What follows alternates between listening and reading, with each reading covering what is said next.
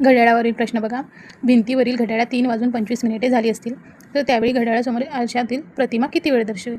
आता बघा, घड्याळ जे असते त्या घड्याळात एकूण काटे किती असतात किंवा तास किती असतात. 12 तास. ठीक आहे, 12 तास असतात. 12 तास.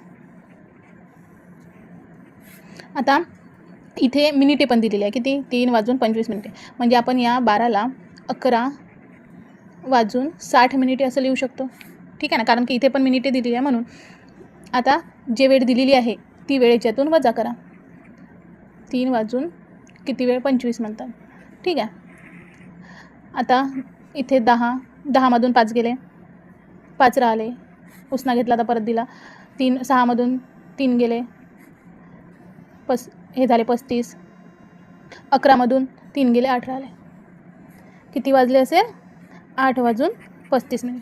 आता याचा ॲन्सर तुम्ही 6:15 जर झाली असेल तर आरशातील प्रतिमा किती वेळ दाखवेल. A, B, C आणि D. आवडली ट्रिक तर लाईक करा आणि सबस्क्राईब करा. थँक्यू.